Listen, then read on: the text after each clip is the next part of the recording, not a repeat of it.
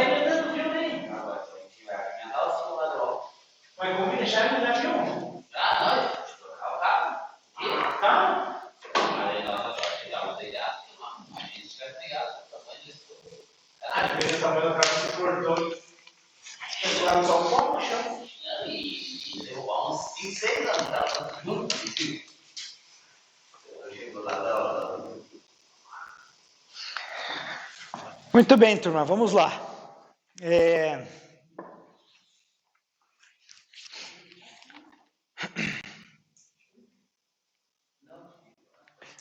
Bom, vamos entender um conceito aqui. Alguns conceitos importantes para a gente entender melhor o funcionamento do motor e a aplicação. Eu diria que praticamente a maioria das aplicações que a gente vai fazer de motores, eles são dimensionados não pela potência, eles são dimensionados pelo torque. A potência vai ser uma consequência. Então, quando alguém projeta uma máquina, então vamos falar lá, o pessoal da mecânica fez um projeto de uma máquina, ele sabe qual vai ser o torque necessário para que aquela máquina entre em movimento ou funcione na condição mais rigorosa, totalmente carregada, parcialmente carregada, a máquina a vazio. E aí, dificilmente, ele vai te indicar a potência necessária. Às vezes ele fala a potência necessária do motor, porque o projetista ele vai dizer o torque e a velocidade que tem que rodar aquela máquina. E aí, consequentemente, você chega numa potência. Mas o principal fator de determinação do motor, por incrível que pareça, não é a potência, vai ser o torque dele. Então vamos entender só alguns conceitos preliminares aqui. Primeiro, eu toco com a mão aqui, daí dá esse chabu, né?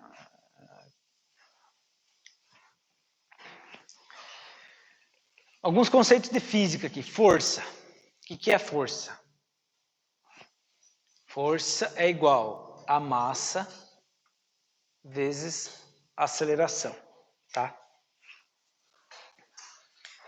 Então, por exemplo, quando eu vou ficar sentado aqui agora, né, mas para poder escrever aqui. Quando a massa é quando eu estou em pé.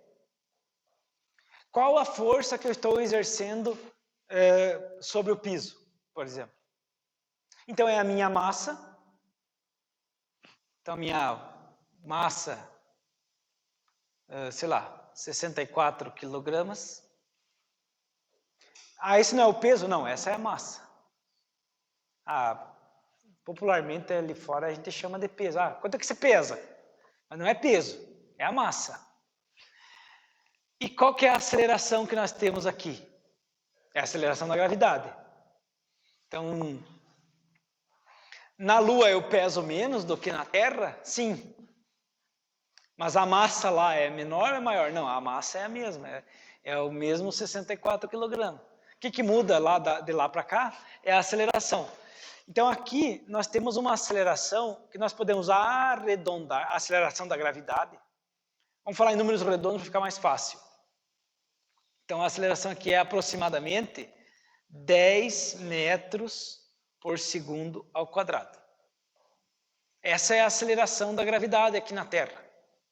Aproximadamente, não é bem isso, mas vamos considerar isso.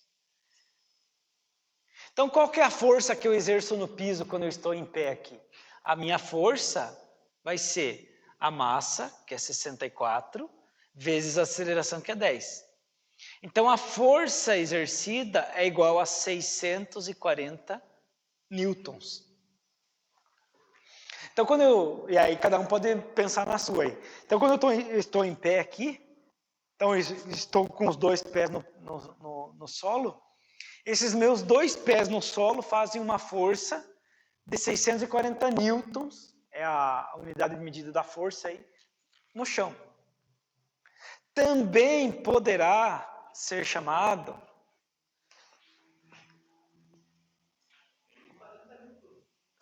64 quilograma força, kgf. Então, se eu quiser expressar a força em função da massa em quilograma, é 64 quilograma força. Essa é a força. Se eu quiser expressar em newtons, 640 newtons aproximadamente. Tá? Beleza? Aí eu?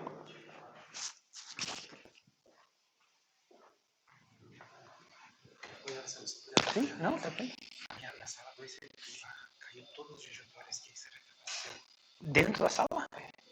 Tipo, todos os disjuntores caiu. Ah, pode ter dado algum... Desligou toda a luz lá. Pode ter dado um curto-circuito. E o disjuntor geral tá desarmado também? Ou só os circuitos? O geral ele baixou. Aham. Tentei levantar, mas não adiantou. Ele desarmou de novo? Não, ele ficou levantado, mas não liga nada. Deve ter desarmado fora, no corredor. Eu acho que eu tento ligar. Você não estava dando aula lá? Sim, eu tô dando aula lá. Não, mas antes do intervalo. Sim. Porque isso aí às vezes acontece quando o pessoal, todo mundo liga o computador ao mesmo tempo, sabe? Você quer passar ali no corredor e abrir o painel e ver qual que está desarmado? Ou quer que eu vá lá? Só abro ele e ligo. Veja no corredor qual que está desarmado e ligue. Se desarmar de novo, daí você me avisa. Então, tá? Desarmou de novo, tem uns... Você sabe que com a outra turma, no laboratório dos 2211, no segundo andar, a gente achou um problema grave lá e consertamos na aula de manutenção elétrica, na quarta fase. Daí. Então, quem sabe lá tem uma listinha de serviços aí para a gente fazer na quarta fase. Os da elétrica e automação é para mudar. Uhum. Fica melhor. Bom, então nós temos aqui essa força. O que é essa aceleração, né? De 10 metros por segundo ao quadrado? É que a cada 1 segundo... Então, imagine um objeto que esteja caindo em queda livre. Qualquer objeto. A cada 1 segundo, a velocidade dele aumenta em 10 metros por segundo. Então, imagine um objeto que tem uma velocidade de 10 metros por segundo de queda. 10 metros por segundo... 10 metros por segundo é velocidade, que é igual a 36 km por hora. Tá? 10 metros por segundo é igual a 36 km por hora. Então, imagine um objeto que esteja caindo a uma velocidade de 36 km por hora. Tá? Só que a cada segundo que passa, essa velocidade aumenta em mais 36. Então, 36 no primeiro segundo, 72 no segundo segundo, 100 e tantos no terceiro segundo. Então, a velocidade vai aumentando a cada segundo em 10 metros por segundo. Por isso que é aceleração. A aceleração significa que a tua velocidade muda de valor. Então, pensem que quando nós estamos nos deslocando de automóvel, por exemplo, você acelera o carro porque você sai da velocidade zero para atingir... Então, imagine que você saia de 0 a 36. Vamos pegar o 36 ali. Então, você acelerou até 36. Depois, se você mantiver 36, imagine que você consiga manter 36 km por hora, a tua aceleração é? Qual o valor? Qual? 10 metros por segundo. Pense em um automóvel. 0, está parado. Você arrancou com ele, atingiu 36 por hora e ficou. Você foi daqui a Florianópolis, 36 por hora, supondo, tá? Qual que é a tua aceleração? Quanto? A mesma quanto? 36. Não. Não. 0. Você falou a mesma, mas não falou quanto. Ah, eu não escutei. A mesma. Zero. É zero. Por que é zero? Porque você não acelerou mais. Você manteve. Não tem aceleração nenhuma. Você manteve a velocidade. É claro que você está pensando, pisei no acelerador e tal, mas ali você está fazendo uma injeção de combustível. Vamos pensar na física do negócio. Você acelerou no começo, porque você estava, a tua velocidade inicial era zero. Qual que é a tua velocidade final? 36. Então você fez uma aceleração de 10 metros por segundo ao quadrado. A aceleração, 10 metros por segundo ao quadrado. E você acelerou e não acelerou mais depois. Ficou em 10 metros por segundo de velocidade, que significa 36 km por hora. Então você ficou andando a 10 metros por segundo, não acelerou mais. Então lembre-se que nós temos deslocamento, velocidade.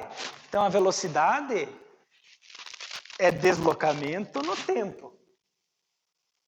Ó, velocidade, deslocamento no tempo. E a aceleração é velocidade no tempo. Então a aceleração seria assim. Eita. O que é o 10 metros por segundo? É ao quadrado. 10 metros por segundo é velocidade. Certo? 10 metros por segundo é velocidade. A cada segundo eu ando 10 metros.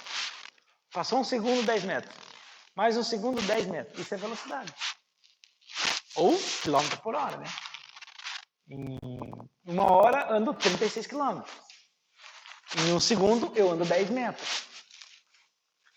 Então isso é velocidade. Agora, se eu variar a velocidade a cada segundo, então eu tenho 10 metros por segundo vezes segundo. Aí eu estou acelerando, porque eu estou mudando a velocidade agora, e não só o deslocamento. Por isso que é 10 metros por segundo ao quadrado. Então, essa aceleração que nós temos na Terra, 10 metros por segundo ao quadrado. A cada segundo de queda livre de um objeto, ele acelera em 10 metros por segundo. Então, no primeiro segundo, ele deslocou 10 metros. No segundo, ele deslocou aqueles 10 metros acelerado com 10. Então, ele deslocou, não vai dar, não é 30, não é linear, né? A equação não é linear. Mas ele vai acelerando, então ele vai caindo cada vez mais rápido. Em termos de velocidade, né? Porque ele é um movimento acelerado. Se fosse um movimento constante, não tinha aceleração. É esse exemplo ali. Então, por que eu estou falando isso aqui? Porque nós vamos só precisar entender esse conceito de força aqui, que a força é fruto da massa vezes a aceleração. No nosso caso aqui, a aceleração da gravidade. Né? Muito bem. Deixa eu ver o que mais que eu preparei aqui. Então aqui nós vamos ter um princípio, vamos pegar esse exemplo aqui de um sarilho de poço. Tá? Porque nós vamos elevar aqui, queremos elevar uma carga, e aqui um movimento manual, trazendo água lá do poço. Então nós vamos ter aqui, vamos entender primeiro, antes da gente entender esse negócio aqui, entender o princípio da alavanca. Então o princípio da alavanca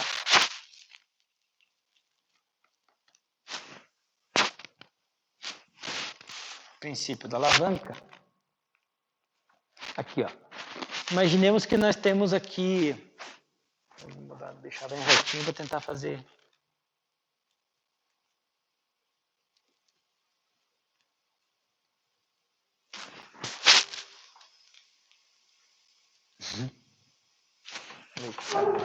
Eita, não, esqueci esse negócio.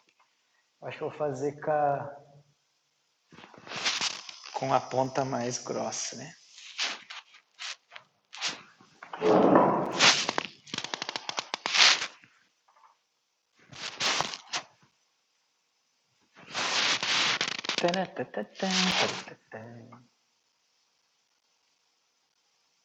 Borracha, paga. Vamos ver se faz com marca texto. Vai ter que fazer em preto aqui. Não vai ficar muito bom, mas tudo bem.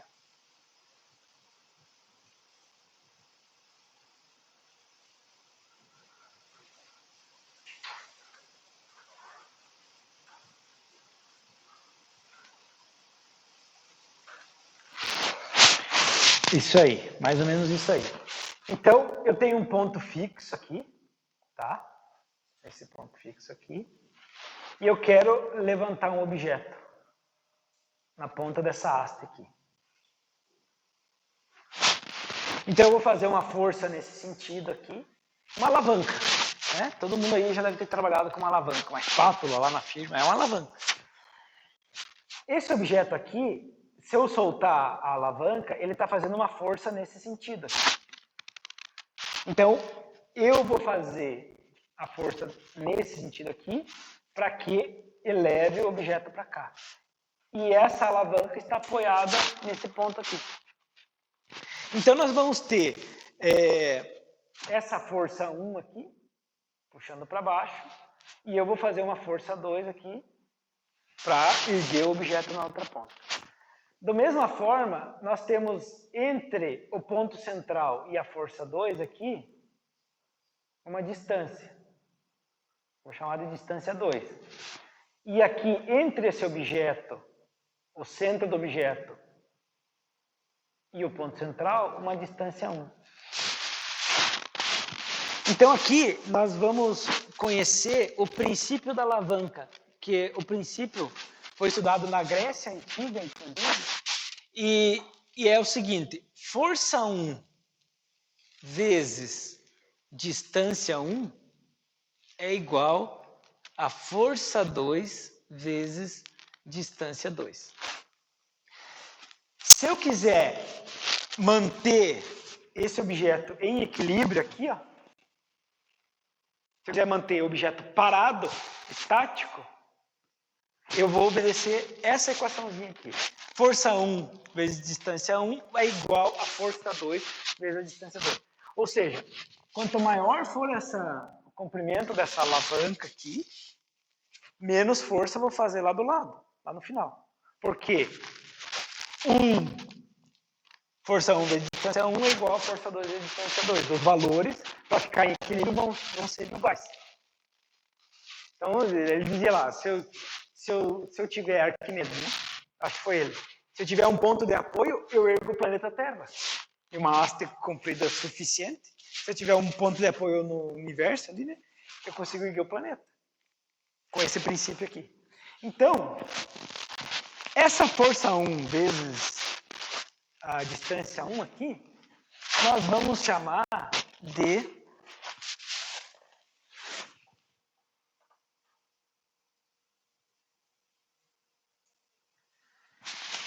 torque ou conjugado, tá? Eu vou chamar de conjugado por enquanto. Conjugado resistente, tá? E a força 2 e a distância 2, eu vou chamar de conjugado motor. Observem aqui, ó, que esse movimento, como ele tem um ponto de apoio aqui, ó, ele, se for o caso, ele faz um movimento parabólico aqui, ó, né? Ele não é um movimento linear, né? Conforme o tamanho, você está com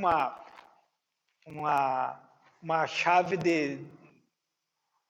estrela apertando um parafuso lá, você faz uma alavanca, né? Então você faz esse movimento, um princípio de movimento rotativo, né? Para torcer o parafuso ou para afrouxar, que seja, né? Tá?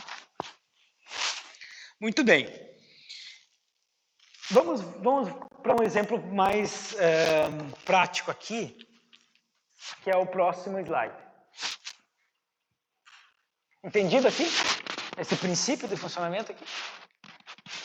Então, força 1 vezes distância 1, o valor que der aqui, a força medida em newton, que nós vimos antes, e a distância em metros, conjugado resistente. Tá?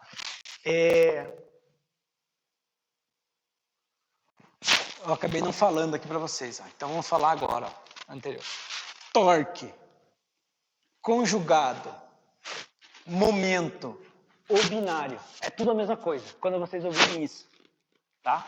Então, assim, ó, eu tenho, imagine um eixo qualquer. O que é o torque? O torque é muito utilizado dentro da mecânica, mais na mecânica. E pode ver, automóvel fala muito em torque. É a força necessária para você fazer um eixo rodar. Ou seja, se um eixo está parado e eu colocar ele em funcionamento, é a força necessária para que ele gire ou acelere, para que ele acelere. Ele está em velocidade zero, estão vendo a aceleração? Então, o torque, então por isso que você, se você está, quem já dirige na autoestrada, ou mesmo na cidade, mas mais na estrada, na rodovia, você está atrás do caminhão, você vai ultrapassar ele, o que você faz com a marcha? Reduz a marcha para quê? Aumentar o torque. E para você conseguir acelerar. Porque se você ficar na mesma velocidade, a tua aceleração é zero. Então você precisa acelerar, ou seja, sair daquela velocidade de 36 por hora para 50, né? Hipoteticamente. Então você tem que acelerar. Então você precisa ter torque para conseguir acelerar, ter uma aceleração maior, ou seja, ter uma velocidade final maior, mais rápido, você precisa ter torque. Senão você fica lá em quinta marcha, para ultrapassar, leva meio dia para conseguir ultrapassar o caminhão. Porque você não acelera o suficiente. Tá? Então, conjugado é a mesma coisa. Só que é usado mais na elétrica. Porque são forças conjugadas. A gente diz. Por que é força conjugada? É uma força puxando para cá e outra para cá, para o eixo rodar. Então, em elétrica, você sempre vai ver os catálogos, os manuais falando de conjugado. Raramente fala de torque. Torque é mais na mecânica, mas a mesma coisa. Por que binário? Porque são forças binárias também. Fazendo um eixo rodar. Hã? Não, é o mesmo sentido aqui, ó. É no sentido da rotação para fazer o eixo rodar. Isso. Mas é como, pense na alavanca lá, né? É uma força puxando para baixo e outra para cima. Claro que daí ele vai rodar o eixo porque ele está fixo num ponto de apoio aqui, né? Se ele não tem um ponto de apoio, ele cai, ou sobe, ou vai ficar parado. E também, chamado de momento. Quem é da física, da mecânica estática, aqueles projetos mecânicos que fazem projetos de ponte, treliça, telhado, vai falar muito de momento. Chama-se momento. Então, esse desenho que eu fiz ali, né? Isso aqui, ó, é um momento. Então, quando alguém falar, chegou o momento de virada, o momento de virada é igual subir para cima. É uma redundância. Porque todo momento é de virada. Né? Então, naquele momento eu mudei de ideia. Por quê? Foi um ponto que você girou, rotacionou. A ideia é... Então, isso aqui, ó, essa força aqui, ó, também é chamada de momento. Então, quem for partir futuramente para a área de mecânica, quem quiser, parte de projetos mecânicos e física fala muito em momento. Então, só para... Eu esqueci de falar isso anteriormente ali, né? Então, torque conjugado, momento ou binário. Vamos ver esse exemplo aqui, ó. Vamos supor esse sarilho. Olha as medidas que ele tem ali, ó. 20 centímetros de diâmetro, o rebolo, o rolo ali, né? O eixo. 20 newtons, então tem 2 quilogramas aqui de água, um balde, né? E aí vamos supor algumas medidas aqui, tá?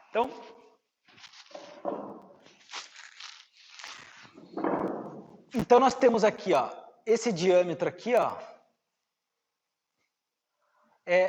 vamos usar o sistema internacional, é 0,2 metros, né? 20 centímetros, 0,2. Temos uma força aqui de 2 quilos, ou seja, a força F aqui, ó, vai ser igual. Aqui eu tinha que usar a canetinha, né? Mas tudo bem. A força F aqui vai ser igual a 2 quilogramas vezes 10 metros por segundo ao quadrado. Então, a força aqui, nós vamos ter 20 newtons. Certo? Vamos colocar aqui a nossa aceleração, 10 metros por segundo ao quadrado. Aceleração da gravidade. Então, a gravidade puxa essa massa aqui de 2 kg para baixo com essa aceleração aqui. Então, a corda aqui tem que suportar 20 newtons, né? Vai projetar, tem que ser uma corda que sustente essa força-peso aí. Muito bem. Então, se aqui tem 20 centímetros de diâmetro, o raio aqui é 10, né? Certo? Então, nós temos 0,1 de raio aqui. Então, ó, esse raio aqui, ó, né, é 0,1. Aqui vou escrever também para ficar bem claro. 0,1 é o raio, tá? Então, veja que, observem aqui, pessoal, eu sei que vocês estão copiando aí, mas é interessante vocês olharem aqui, ó. Nós temos do ponto central, então lembra da alavanca lá, que eu fixava a barra num ponto chamado ponto central. É o ponto de apoio. Então, o centro da força está aqui. Só que a corda, ela está deslocada quanto do centro? Quanto? Metade, que é quanto? 0,1 metro. Então, tem o rolo, o centro está aqui, a corda está apoiada a uma distância de 0,1. Entendeu, Arceli? Ou não? Entendeu? Muito bem. Então, a corda está fazendo força em cima do rolo a uma distância do centro de 0,1. Certo? Tranquilo para todo mundo aí? Tá. E eu vou tocar uma manivela aqui, que vai estar distante do centro. Então, lembre de novo lá da alavanca. Aqui. Eu vou tocar uma manivela que está distante do centro, uma distância 2 aqui do centro. Qual que é essa distância? É 0,1 até aqui e mais essa aqui. Vamos supor que seja 0,1 também, 10 centímetros. Eu acho que eu fiz, isso aí. Então, nós temos 0,1 aqui, mais 0,1 de manivela ali. Então, tem 0,1 mais 0,1 de manivela, vai dar um total aqui, ó, de 0,2. Tá? Muito bem. Então, vamos fazer algumas anotações aqui. Fazer aqui, ó. Força resistente, ou força 1. 2 kg vezes 10, então nós temos 20 newtons de força 1. 20 newtons. Distância 1. Qual que é a distância 1? Do centro até o ponto de apoio desses 20 newtons. Temos 0,1. Então a corda está... Todo esse peso aqui, essa força, peso, é transmitida na corda e está apoiada no rolo do sarilho. Então, da corda, que tem 20 newtons, até o centro, 0,1. Então, a distância 1, 0,1 metros, né? Então, vamos colocar 0,1 metro. Qual que é a força 2? Qual que é a força que eu tenho que fazer aqui na manivela? Não sabemos ainda. A força 2, a gente não sabe. A distância 2, a gente sabe, que é 0,2 metros. E aí nós partimos para aquele princípio, ó. Força 1 vezes distância 1 é igual força 2 vezes distância 2. Porque a grande pergunta é o seguinte: qual é a força que eu preciso fazer aqui para erguer esse balde de água aqui com esse cilindro, né? Que tem esse diâmetro.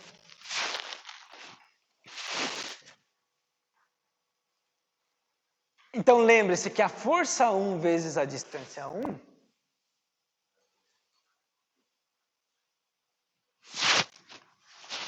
a força 1 vezes a distância 1 é o conjugado resistente, que está puxando aquele peso, vamos falar assim, para baixo. E a força 2 vezes a distância 2 é o conjugado do motor, que vai fazer subir a carga, elevar o balde lá para cima, né?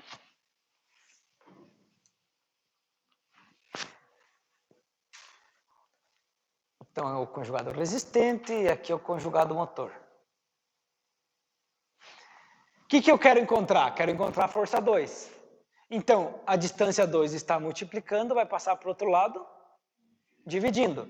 Então, deixa lá, força 1 como está, distância 1 como está, igual a força 2, deixa lá sozinha, e a distância 2 está multiplicando, passa dividindo. Quanto que é a força 1? 20. Distância 1, 0,1. Então, 20 vezes 0,1 dividido por distância 2, que é 0,2, igual a força 2. Força 2 é igual 20 dividido por 0,2 vezes 0,1.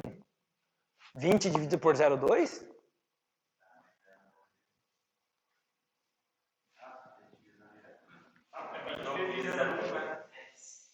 Sim, pode ser. 20 vezes 0,1, 2. 10. Então, força 2, 10. Aqui não importa qual. Se você porque, como é tudo proporcional, se você dividir esse por esse e multiplicar por esse, eu dividir esse por esse, vai dar.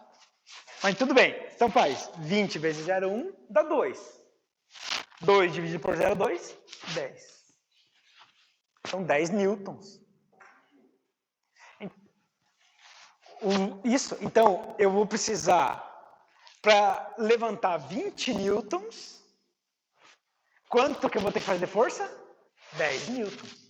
Porque tem uma distância maior aqui, ó. Então, aumentou a distância, diminuiu a força. Se a alavanca for maior, a força vai ser menor ainda. Então, quanto maior for a alavanca, daqui a pouco você vai fazer uma força só com o mindinho ali, né? Vai tocar.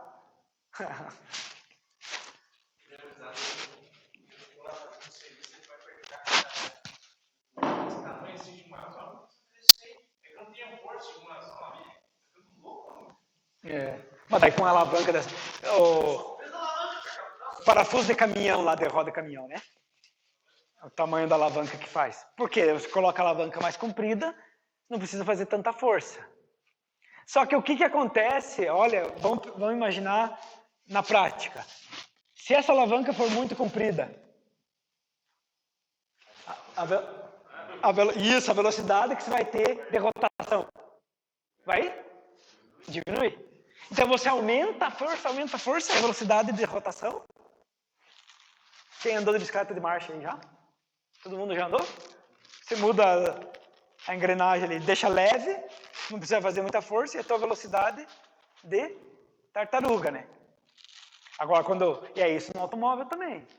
A primeira marcha, muita força e pouca velocidade. Então, esse é um paradoxo da mecânica. Você quer aumentar a força, você vai diminuir a velocidade. Você quer aumentar a velocidade, você diminui a força, mas não é a força em si, né? Você diminui o conjugado, ou diminui o torque. Mas daí você ganha velocidade. Então esse é o bacana do negócio. O que é um projeto mecânico de uma máquina? Ele vai ter que conciliar isso aí. Né? Ah, quero ter muita força e muita velocidade. Vai ter que colocar daí um tocador aqui. Mas o quê? Mais forte, como é que é? Qual grandeza? mais.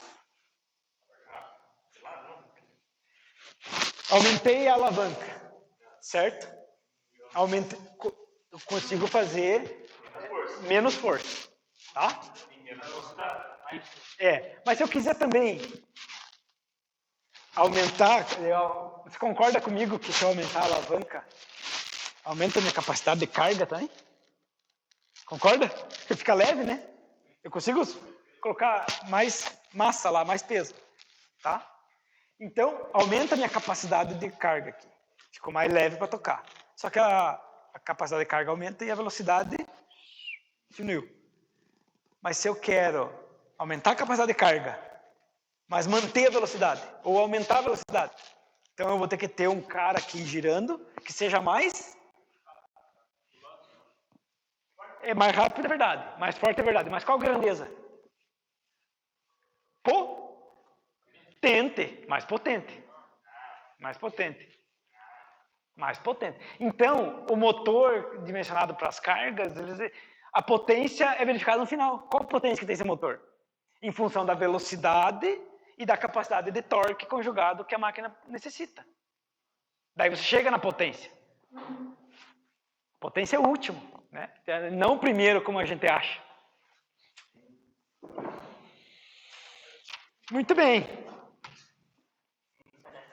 Eu não vi aqui o que é o CR, o CM mesmo. CR é o conjugado resistente, né? Que é.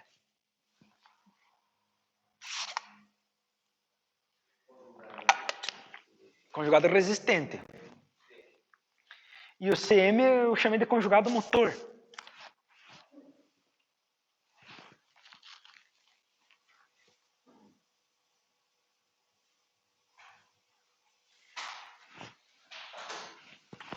Então aqui só para a gente resumir, né? O conjugado vai ser força vezes distância, né? Basicamente é isso aqui. Então, para o caso do sarilho ali, ó, nós temos o conjugado resistente vai ser força 1 vezes distância 1. Então, o conjugado resistente vai ser 20 vezes 0,1. O conjugado resistente fica igual a...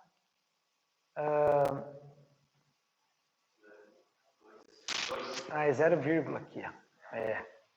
2 newton, tá? E o pessoal, vocês vão ver muito na elétrica, em vez de newton, quilograma-força. Então, você tem que dividir por 10. Então, você vai ter um conjugado resistente de 0,2 quilograma-força, kgs. Tem que colocar, não é só o quilograma, porque está falando de conjugado, kgs. Né? Então, esse é o resistente. No caso do conjugado motor vai ser igual a força 2 vezes distância 2. Força 2 vezes distância 2. Que é igual, né? Conjugado motor, a força 2, nós calculamos ali, deu 10, né? A distância 2 é 0,2, certo? Então, o conjugado motor também vai ser 2 newtons. Conjugado motor vai ser igual a 0,2 quilograma força. Por causa dessa equação aqui, né? Ó, força 1 vezes distância 1 é igual a força 2 vezes distância 2. Força 1 vezes distância 1 igual a F2 vezes D2. Então, são iguais, ó, 2 newtons, 2 newtons. Então, se eu, falando em motor, ou a pessoa que for movimentar, fizer uma força igual a essa aqui, ó, o conjugado resistente é 2, e o conjugado motor é 2, o que acontece? Fica parado. Não, a carga não cai, mas não sobe. Então, o conjugado motor tem que ser um pouco maior que esse aqui, né? Sempre. Você calcula para saber o valor mínimo. Os 2 é o mesmo do resistente, ele vai ficar parado ali. Então, se o balde está no meio do poço, ele vai ficar ali, não vai cair. Então, isso é importante saber quando você tem que fazer um sistema de suspensão e frear uma carga pendurada lá. parar ela, um sistema mecânico de frenagem, por exemplo, que tenha que segurar ela parada a uma altura. Então, a tua capacidade de frenagem tem que ser de 2 newtons para essa situação aqui, né? Muito bem. Bom, acho que não preciso fazer aqui, vocês já entenderam que se a gente fizer uma alavanca ou uma manivela mais comprida aqui, vai ficar mais leve, né? Não precisamos fazer um cálculo aqui, né? Se você diminuir o tamanho do cilindro, claro, isso vai interferir na distância aqui, ó. Então, força 1 vezes distância 1. Se você diminuir o tamanho do cilindro aqui, vai afetar o valor da força do conjugado resistente aqui. Porque o conjugado resistente, o que ele está fazendo? Puxando aqui e fazendo a alavanca ao contrário, né? Então, quanto maior essa distância aqui, digamos que eu queira fazer assim, ó. Subir mais rápido, sem aumentar essa velocidade aqui. Como é que se pode fazer para subir mais rápido? Aumentar o diâmetro, porque ele vai enrolar mais corda, né? Mas daí vai aumentar a força lá. Tá entendendo? Então, eu quero aumentar a velocidade, que suba mais rápido, sem a rotação subir. Então, aumenta o diâmetro do cilindro aqui. Daí vai aumentar a força pro cara lá, né? Vai ter que ter essa capacidade de fazer o conjugado motor, tem que vencer sempre o conjugado resistente. Daí vai subir mais rápido, porque enrola mais corda, o perímetro, né? Pi vezes D, né? O perímetro, pi vezes D. Não é pi R, tá? R para calcular, R ao quadrado para calcular a área, né? Então, você quer saber o quanto de corda vai, né? Então, o diâmetro vezes π dá o comprimento de corda, o perímetro, né? O perímetro total.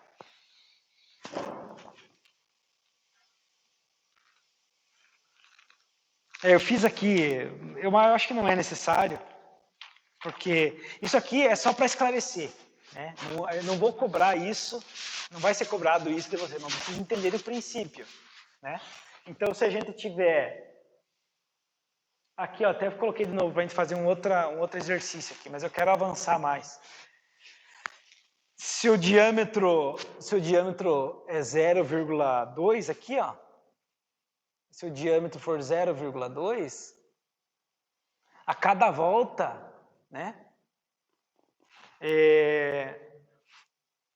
quanto que ele vai enrolar de corda? Então, ele vai enrolar,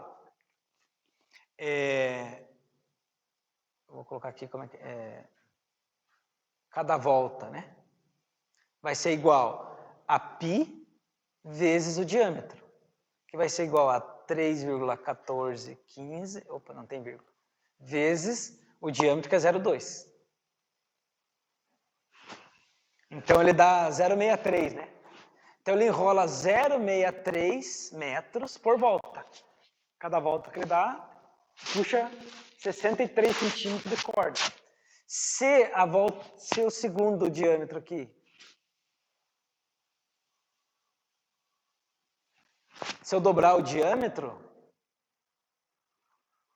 volta 2, se eu tiver, então, π vezes d, 3,1415, e o meu diâmetro agora for 0,4, então, ele vai dobrar o tanto de corda que ele enrola em cada volta. Dá 1,26, né? 1,26 metros. Só que daí, com o diâmetro maior, o conjugado motor, o conjugado resistente vai ser maior, né?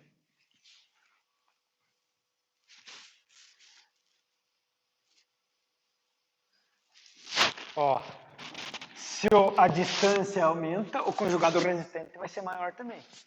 E daí você vai precisar mais alavanca, aumenta a manivela ou faz mais, coloca um cara mais forte ali. Entenderam esse princípio do conjugado? Beleza. E só para... Que hora temos? Tá cedo. Achei que era mais tarde.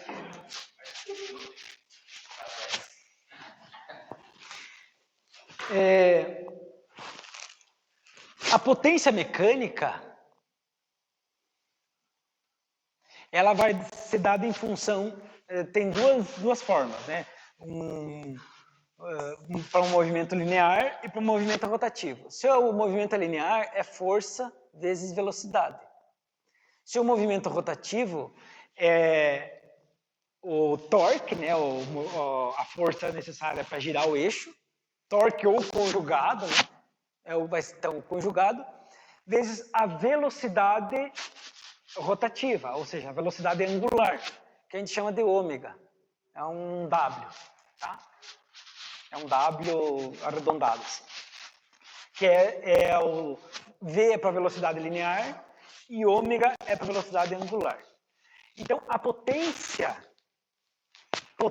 mecânica, ela vai ser sempre em função conjugado vezes velocidade angular.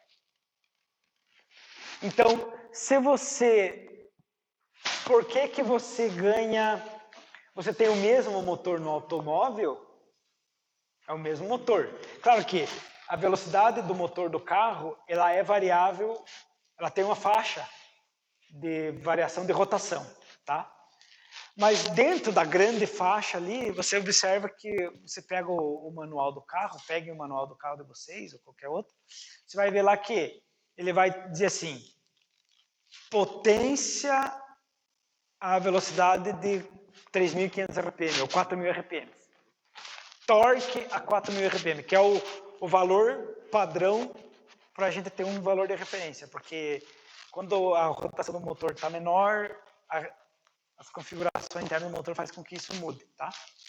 Mas então veja, teoricamente, em tese, você tem um motor, um automóvel com um motor fixo, que te dá aquela potência ali, e você tem variação de conjugado e velocidade conforme a tua relação de marchas que você tem ali.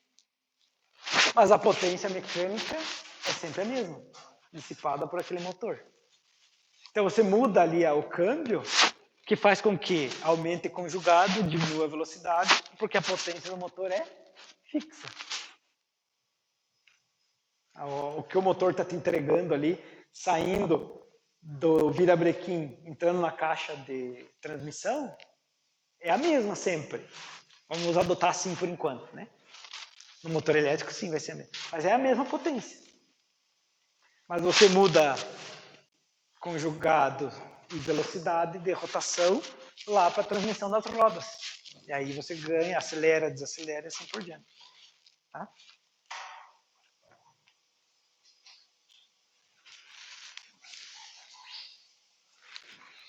Então, naquele caso ali, ó, se eu tiver... qual que era o conjugado necessário para movimentar ali que a gente calculou? Qual o conjugado? O conjugado resistente que nós temos ali?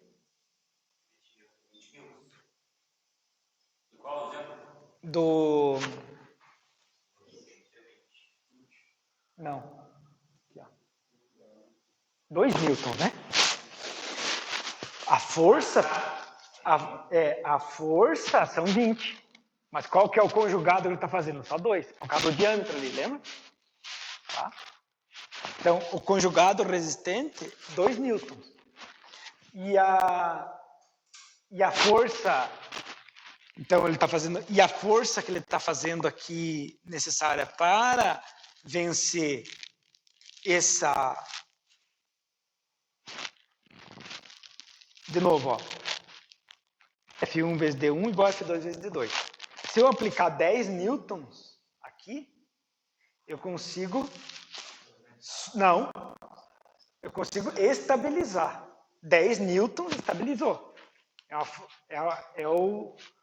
Quando o conjugado resistente fica igual ao conjugado motor. Então, eu tenho que aplicar 10 newtons aqui na manivela para estabilizar. Né? Porque com 10 newtons no motor, ali, ele vai ter um conjugado motor de 2 newtons. Tá? Deixa eu só fazer uma correção, depois que eu me perdi agora no meio. conjugado, força é Newton. Tá? Aqui, ó. Força, 20 Newton. Força, 20 Newton. 10 Newton. Força é Newton. Conjugado, aqui ó, conjugado que é força vezes distância, então é Newton vezes metro. Força vezes distância. Então é Newton vezes metro. Preciso falar isso aí, ó. Então é Newton vezes metro. Então o conjugado resistente aqui é 2 Newton metro. Tá? A unidade de medida do conjugado é Newton metro. Força é Newton.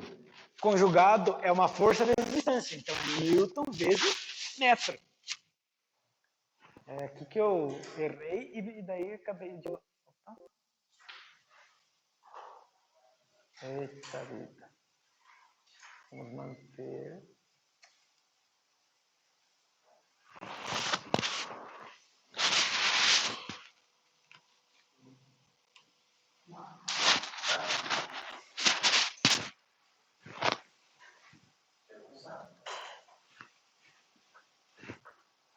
Ó, então aqui, ó. Onde é que tá? Aqui, ó. Conjugado resistente, Newton metro. Conjugado motor, Newton metro. Ó, mudou até a cor.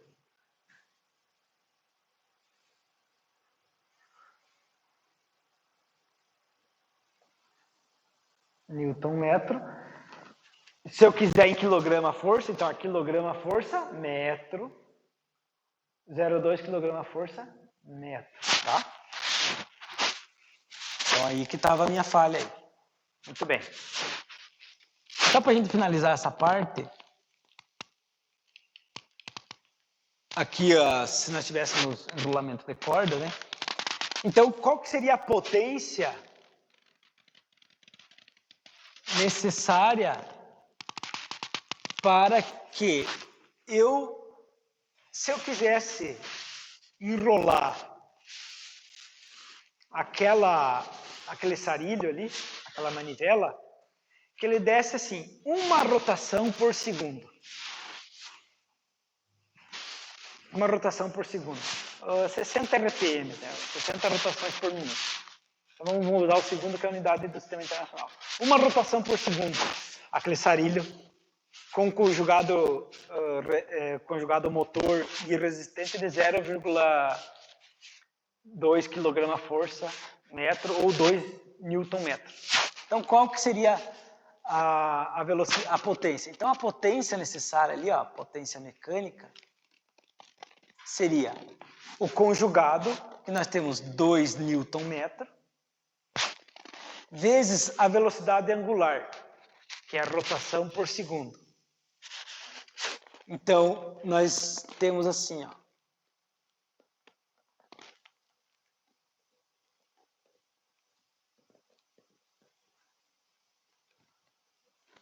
É o movimento rotativo. Ele vai fazer 360 graus, certo? Então, o movimento rotativo, ele faz assim, 180. Lembra aquela musiquinha bem boa? 180, 360. Ele faz 180 mais 180. Então, 180 é π. Mais 180, 2π. Então, para fazer o movimento velocidade angular em graus, em radianos, que a gente chama, então você tem que considerar π, 2π. Então, nós vamos ter o conjugado, que é 2 Newton metro. Então, vou colocar embaixo aqui, ó, Newton metro, vezes a velocidade angular, que você quer quanto? Uma volta por segundo, ou seja, 360 graus por segundo, ou seja, 180 mais 180 por segundo, π mais π por segundo, vezes 2π, então aqui é radianos por segundo, ou seja, π mais π por segundo, 2π por segundo, 2π rad, né? 2 radianos por segundo. Então, quando vocês verificarem radiano por segundo, não é uma rotação em RPS. Aqui a rotação em RPS é 1 RPS, uma volta por segundo. Mas em radianos são π mais π, 2π por segundo. Então, quanto que dá essa potência mecânica aqui? 2 vezes 2π. 12,57? 56 e o que depois? 57, então, né? 12,57 watts. Potência? Unidade é watt. Seria assim, ó. Newton metro vezes radiano por segundo. Né? É watt, nas conversões. Deixa. Só que assim, ó. Lembre-se que 2 Newton metro deixa parado. Então, se eu quero subir, tem que ser um pouco mais que isso. Então, essa potência de 12,57, ela não vai movimentar. Então, tem que ser uma potência um pouco maior. Na verdade, você vai achar um motor que tenha um torque ou um sistema de transmissão de 2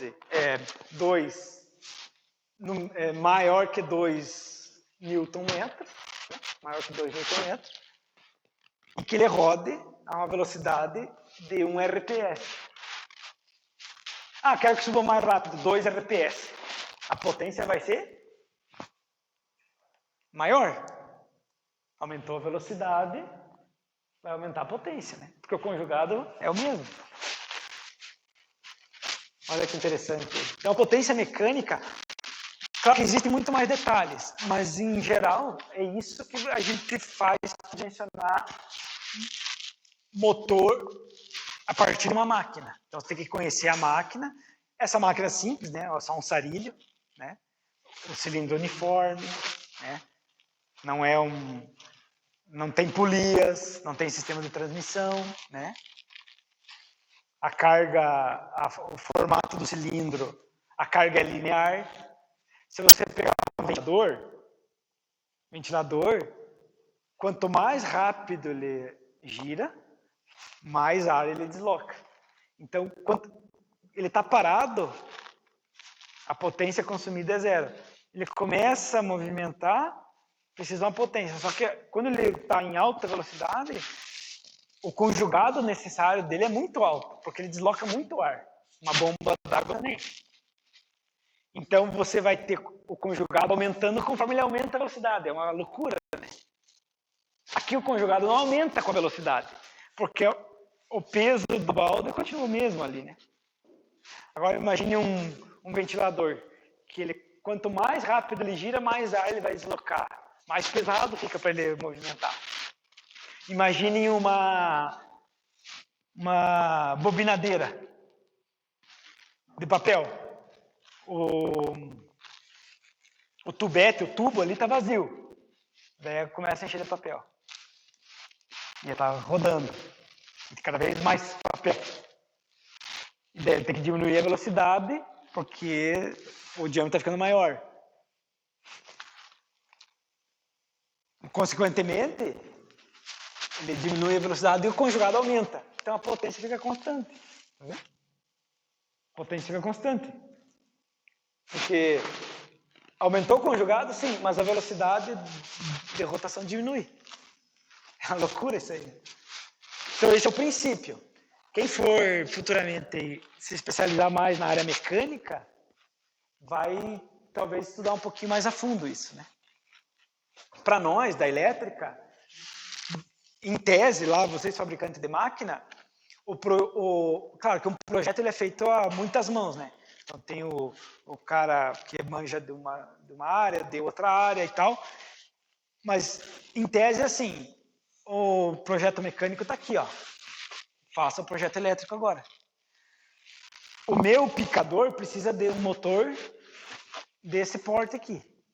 Um motor que tenha tantos Newton metro de conjugado que ele me dê tanta de velocidade em RPS, claro que daí a gente transforma para RPM, que o motor a gente pega em RPM, só multiplicar por 60 daí, né? Rotações por minuto. E o motor, consequentemente, vai ter essa potência aqui. Um motor de 50 kW. Bem maior, né? 100 kW. Aí agora a gente vai para projetar a parte elétrica, porque quem diz qual motor que a gente vai usar é o mecânico. Daí fio, fusível, disjuntor, que mais? O contator. Para acionar esse motor é o projeto elétrico. Então, quem projeta o motor a ser utilizado é a mecânica, e não a elétrica. A elétrica vai projetar o acionamento dele. Certo, turma? Interessante isso aí, não é? Muito bem. Temos um tempinho ainda? Que hora? 10:02. Vamos finalizar essa parte aqui, daí por hoje acho que está de bom tamanho, tá? Bom, primeiro dia eu vou dar um descontinho aí. Hã? Então, for the rich, man. Tá. Então, tudo isso que a gente viu é só para a gente entender. Então, de novo, não é coisa que a gente vai cobrar de vocês isso. Mas é para vocês entenderem, não ficar leigo. Da onde é que vem, como é que o motor tem potência? Porque ele, a partir da confecção dele, ele vai dar uma velocidade e um conjugado. E o conjugado é fruto dessas duas coisas. Né? E é isso que precisa lá pro movimento mecânico. Do ponto de vista elétrico, o motor, ele é uma máquina de indução trifásica, ele é uma máquina elétrica de indução. E quando a gente fala de indução, e atenção, o Gabriel vai trabalhar muito com vocês, muito, um bom tanto, sobre isso aqui com vocês, tá? E eu só vou dar uma pincelada aqui geral. Se vocês ficarem com dúvidas, tá? Pode até perguntar, sim, claro, a gente está aí para esclarecer, mas vocês vão estudar mais a fundo isso em instalações industriais, que é potência aparente, potência ativa e potência reativa. Nós já falamos levemente sobre isso aí em outra componente curricular, semestre passado, inclusive. Tá? Motor, então, nem se fala, porque ele absorve ele precisa ter uma potência chamada potência reativa, que é responsável pelo campo magnético ali do motor. Então, atenção, não é uma energia elétrica inútil, não é perdas, mas é uma energia que não se transforma em trabalho, mas não é perdas, a gente vai ver depois mais pra frente isso aí. Não tem nada a ver com rendimento isso aí, tá? Então vamos lá.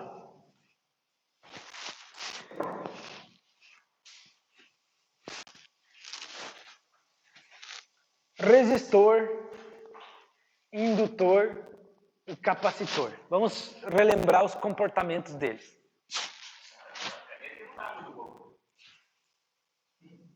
Não é a caneta. Não é a caneta. Vocês são... Não, ele vai ter 20 segundos, não. É verdade? Está muito largo. Experimenta outra, é melhor. Eu vou experimentar. Vou experimentar aqui. Você vai ver que não é a caneta o problema. Mas vamos ver aqui. Ó. Então tá.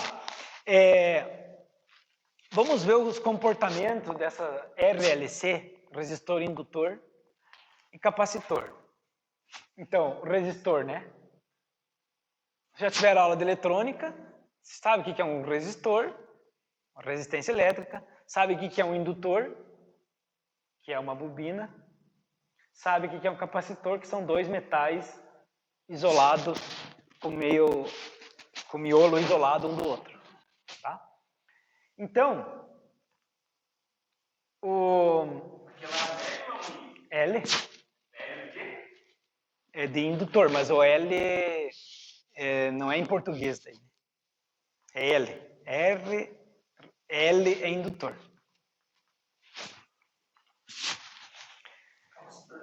Capacitor. Então vamos fazer aqui, ó. Resistor.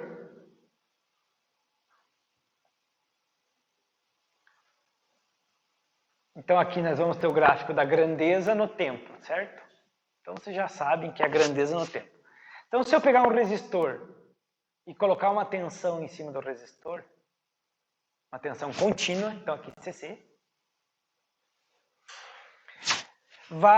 então vou colocar aqui, ó, uma U, né? Vocês conseguem enxergar bem ou está muito pequeno? Bom, quem está lá para trás vem para frente, sobrando lugar aqui. Vai aparecer uma I, vou fazer pontilhado aqui, né? Então, eita, coloca uma tensão, aparece uma I, constante, né, no tempo, beleza? Então esse é o resistor. Como é que vai ser o indutor?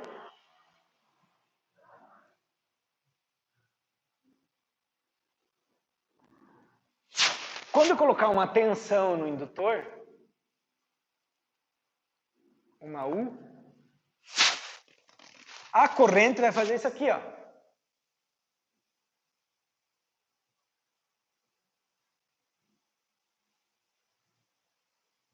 Em CC. Então a gente coloca uma tensão no indutor, a corrente vem, vai subindo até que ela estabiliza. A tendência, idealmente, ela vai continuar subindo, mas é que a fonte não suporta, né? Vai limitar na fonte daí. Forma um curto-circuito, na verdade. Mas vamos fazer assim, né?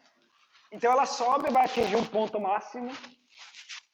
Então veja que o indutor, a corrente elétrica, ela não é instantânea, certo?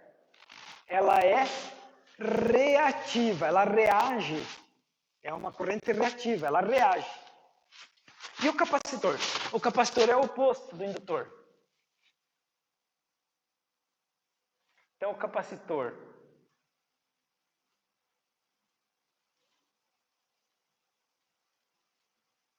vamos fazer aqui, né? Lembra aqui ó, o tempo, né? O tempo. Então, quando eu aplicar uma tensão no capacitor, também contínua, né? CC, a corrente no capacitor vai fazer assim, ó.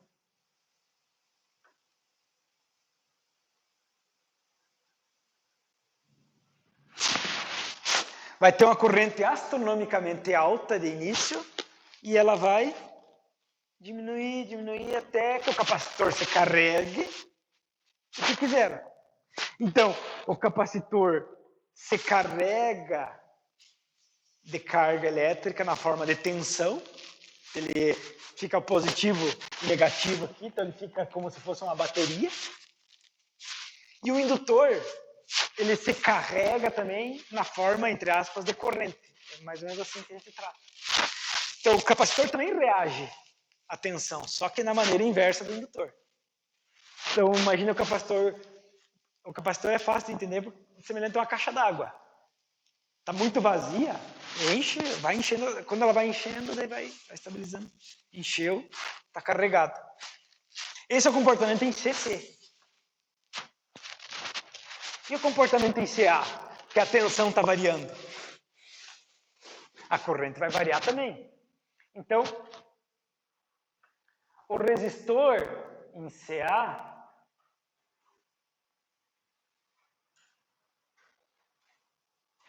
Então, o resistor em CA, ele vai ter uma tensão, né? Uma U, assim, nesse formato, né? E a corrente acompanha a tensão, não é reagente, né? Então, a corrente vai acompanhar a tensão, ó.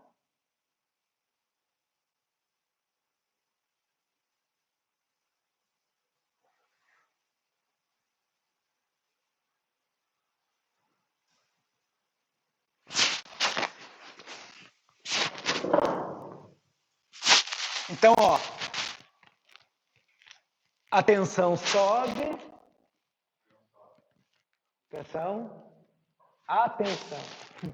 a tensão sobe, a corrente sobe. A tensão entra a zero, a corrente está em zero. A tensão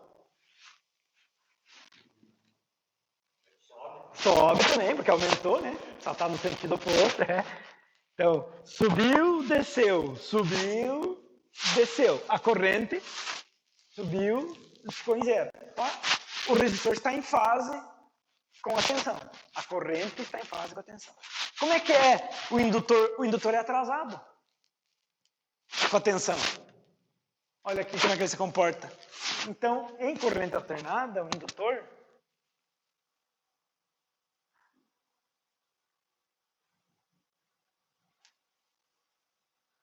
então, em CA aqui também, né? Então, se a tensão estiver variando aqui, o indutor ele vai estar atrasado. Aí a gente diz que o indutor ideal vai estar atrasado 90 graus. Então, a corrente do indutor começa a subir aqui, ó.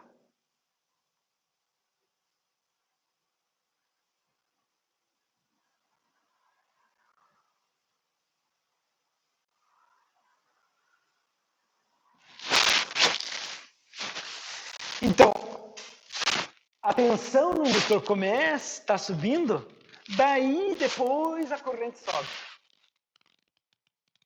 Então, a tensão desce, depois a corrente desce. Então, a corrente está defasada. Mas defasada em relação à tensão. Defasada atrasada. Olha aqui, ó. A corrente vem sempre depois da tensão. Defasada, atrasada. Então, se o indutor defasa de maneira atrasada, o capacitor defasa de maneira adiantada. Então, o capacitor em CA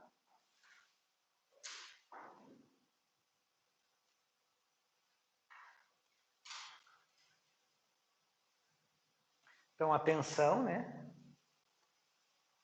Tensão. O capacitor em CA, ele vai estar, e aqui, ó, eu não marquei, né? A U e a I, né?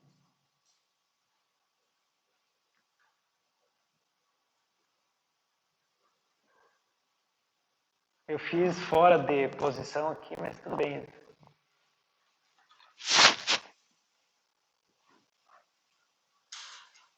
O Gabriel vai conseguir desenhar melhor para vocês. Eu acho que ele faz direto no quadro. No quadro é mais fácil.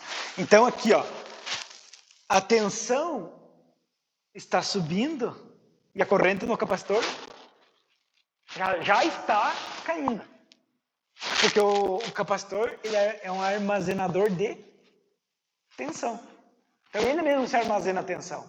Então ele vai largar a corrente quando a tensão estiver oposta. Então aqui ele está defasado, mas de maneira adiantada. Então essas duas cargas são reativas. Então aí vocês vão estudar no componente ali com o Gabriel a necessidade de se instalar capacitores nas fábricas, porque nas fábricas sempre tem muito motor. E conforme você vai colocando cada vez mais motores aqui, cada vez mais a corrente vai se atrasando, porque isso aqui é um motor. Você tem, por exemplo, na fábrica, na empresa que eu trabalhava lá, na época, tinha mais de 3.000 motores. Na época, hoje já está maior. Então pense.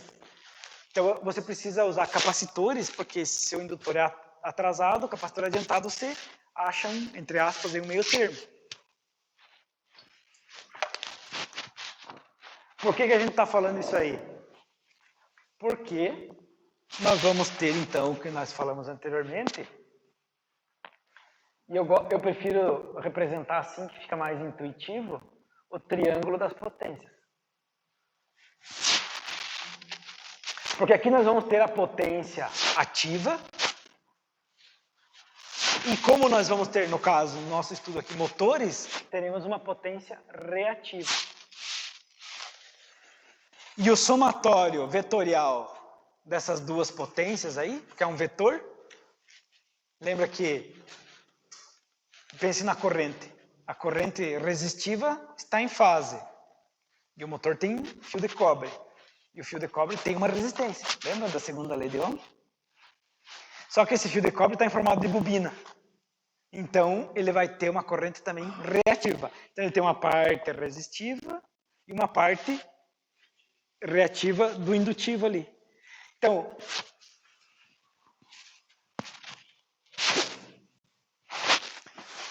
o somatório desses dois é essa distância aqui, que é a aparente. Só que tá feio pra caramba isso aí, né? Aqui outro esquema você vai ao contrário. Ah, é que ele tá... Potência ativa e potência reativa. É que é por isso que eu gosto desse último, que ele é mais intuitivo, mas ó. Ele é o somatório de esse comprimento aqui, mas é uma soma vetorial, mais esse comprimento aqui, ó. Esse comprimento aqui não é esse aqui? Certo? Então, ó, esse mais esse dá esse aqui. Aqui é a representação tecnicamente mais adequada. Só que essa aqui, para mim, é mais intuitiva, assim, mais visível. Deixar a potência ativa nessa linha aqui. Até vou representar de novo, que está muito feio.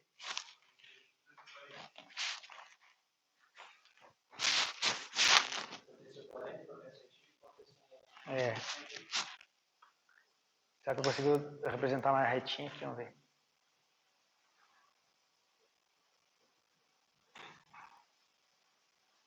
Isso aí. Então, S, P e Q. Então, tudo é potência, né? S, aparente. Q, reativo. P, ativo. O que importa para nós? A potência ativa, que é a potência em watts ali, que a gente calculou do outro motor ali 12 watts, né? 12 e pouquinho. Mas só que eu não queria potência reativa, mas vem junto. E o que vai absorver da rede? Para o cálculo da corrente, para eu dimensionar o cabo, o que eu vou ter que olhar? A potência aparente. Isso. Então, a potência aparente é isso aí. Boa, bem observado. VAR, volt ampere reativo, e a potência ativa em watts, né? Evidente.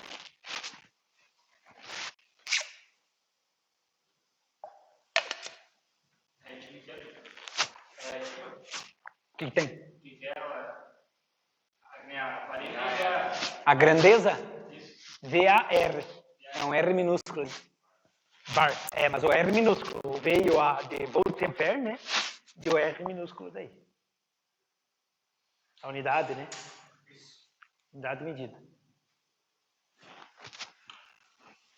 VAR.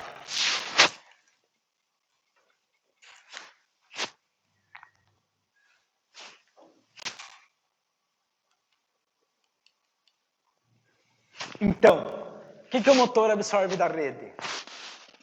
Absorve da rede a potência. Aqui, ó. O motor é esse quadrado, esse em azul aqui, tá? É o motor. E aqui está entrando a potência aparente, a potência S, ó. Certo? Parte dessa potência S se transforma em potência Q para fazer o campo eletromagnético. Certo? Fazer o motor funcionar. É fazer a reação eletromagnética ali. E outra parte da potência é a P, né? Então, lembre-se que a P mais a Q dá a potência S. É essa que vai entrar da rede, essa aqui. Uma parte é essa Mas o que nós queríamos não era só essa, né? Mas só que vem essa junto.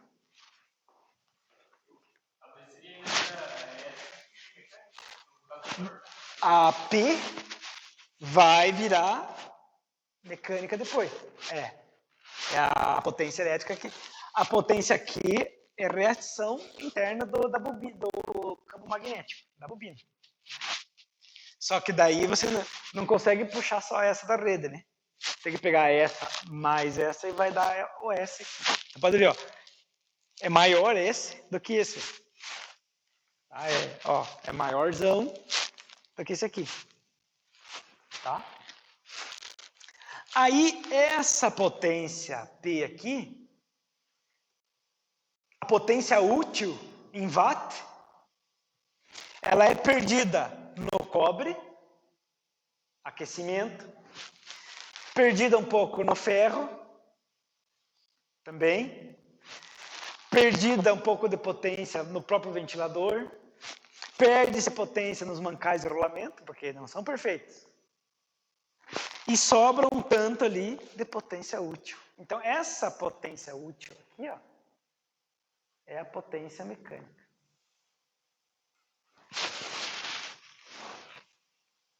É a potência mecânica essa aqui, ó. Então, ó, tá vendo o eixo do motor aqui, ó? Então, vai ter um desvio de potência aqui que vai se transformar em calor no fio, calor no ferro, ventilador, rolamento. Aí o eletricista vai lá engraxar, entope o rolamento de graxa, fica pesado, perde mais ainda. Aquece mais. O próprio ferro aqui aquece. Então, a potência mecânica é o que vai sobrar. Então, de toda essa potência aparente absorvida aqui. Aqui tem um outro exemplo. Porque nós temos perdas que dependem da carga e perdas que não dependem da carga. Então, ó, entra a potência P.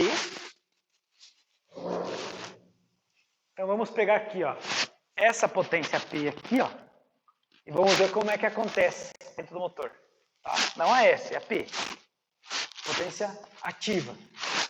Então, assim, ó, aqui é potência ativa, potência elétrica.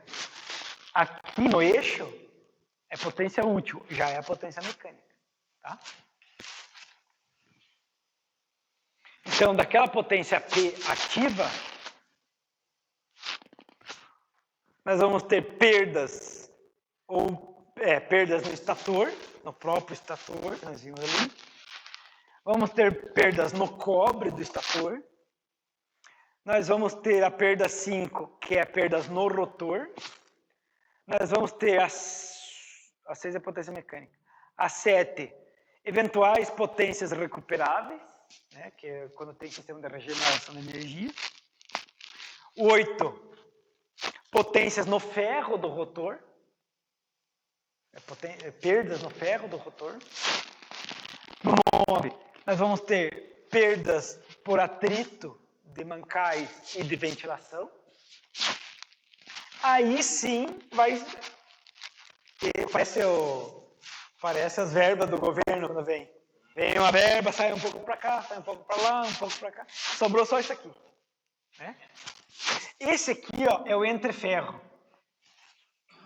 Então, semana que vem a gente traz um motor aí. É aquela distância que tem entre o rotor e o estator. É uma distância milimétrica que tem ali. Então, ele representou aqui, ó. Então, aqui é perdas no estator e aqui perdas no rotor. Sim. Ele tem tudo isso monitorado. Assim, quando eu estava no motor lá, entendeu? 10 kV, nem sei como se vê isso. 10 kW, né? 10 kW. É, KV é tensão, é. Tipo assim, você já desconsiderou todas essas perdas. Você já está falando da tua potência útil lá. Isso aí. Só que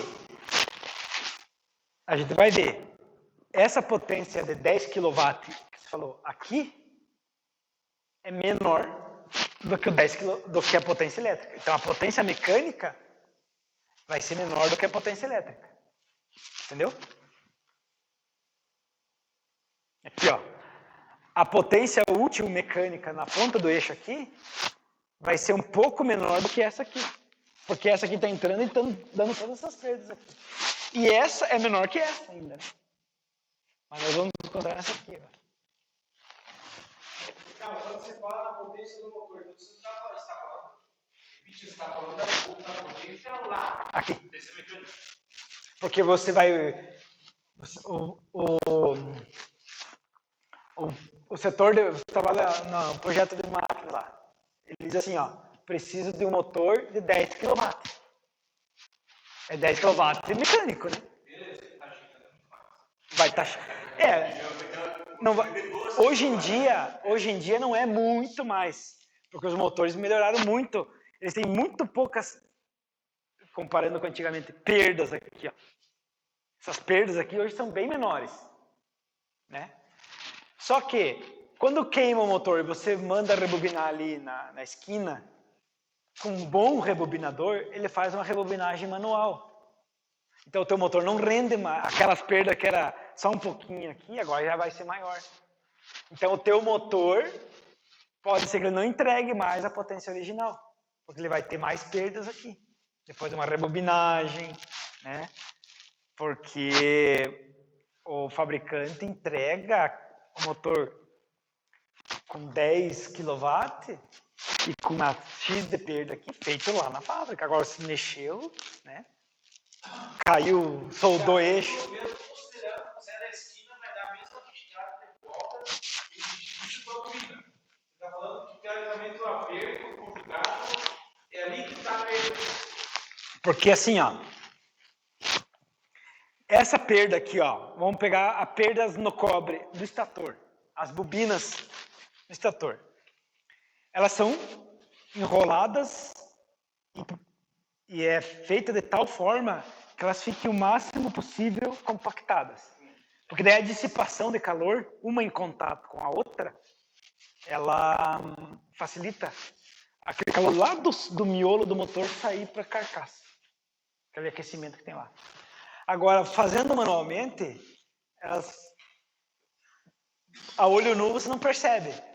Mas ele faz manualmente, as bobinas vão ficar assim, afastadas uma da outra, o fiozinho.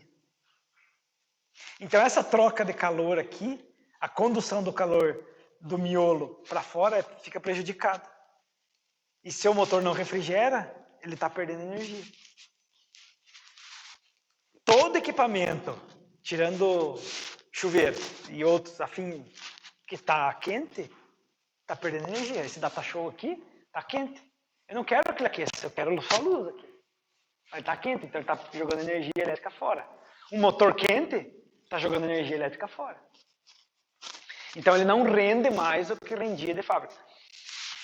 Então tem empresas assim de alto gabarito que têm programas de eficiência energética interna. Então elas substituíram motores antigos por motores mais novos, porque daí um motor que me entrega 10 kW e absorve 11, né? Então tem um de perda. E outro motor que me entrega 10 e absorve 13, então esse último é melhor. Então no montante ele fez um programa de eficiência energética e substituiu os motores. Algumas empresas têm esses programas internos que são rigorosos. Então queima o motor, não rebobina. Entrega lá como parte de valor e põe um motor novo. Porque o motor novo vai render aquilo, o esperado, né?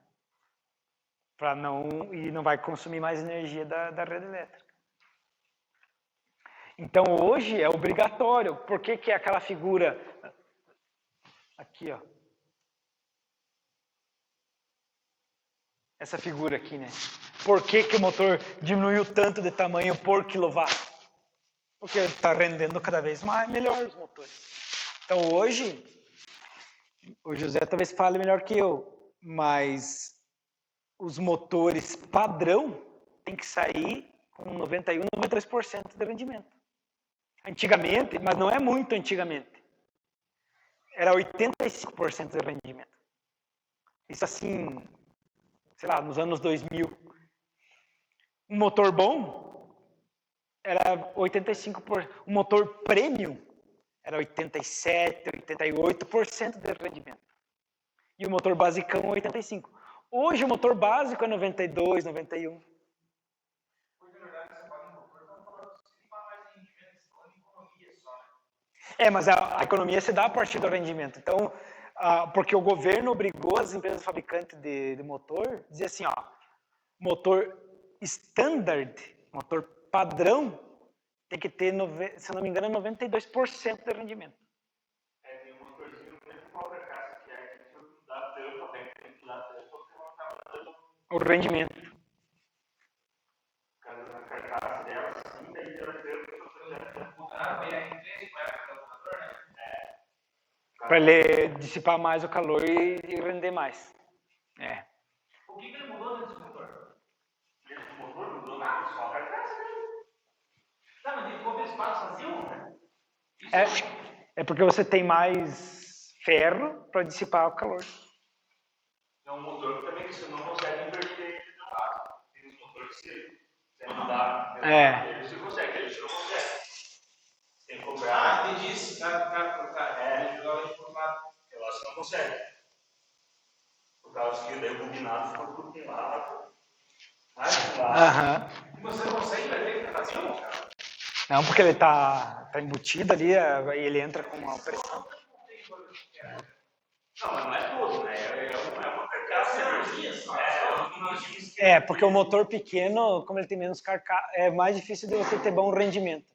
Bom rendimento. Mas como as empresas são obrigadas a atender a especificação agora, né? Especificação já dá. Então ela vem crescendo assim. Então ali nos anos 2010 ali, o motor standard era 90% de rendimento e o premium 92, 93. Agora o premium, o standard é 92%, 93%. Não sei exatamente o valor, tem que recordá-la. Então a VEG dizia assim, ó, eu tenho um motor standard e tenho um motor premium. O motor premium rende mais, você vai gastar menos energia. Você paga um pouquinho mais caro agora, mas você gasta menos energia. Então hoje o premium é o standard de antigamente. Mas ainda estão fabricando motor com baixa potência? Não. Não. Porque foi elevado o nível, né? Não fabrica-se mais no Brasil, né? Às vezes pode ser que chegue um Xing Ling aí, né? Mas não poderia. E no Brasil não se fabrica mais abaixo, salvo engano, de 90% de rendimento. Esse é o standard, é o comum. É o mais simples. Mas às vezes... Não, mas às vezes eu tô falando, mas tem coisa boa da China. Normalmente eu entendo fala,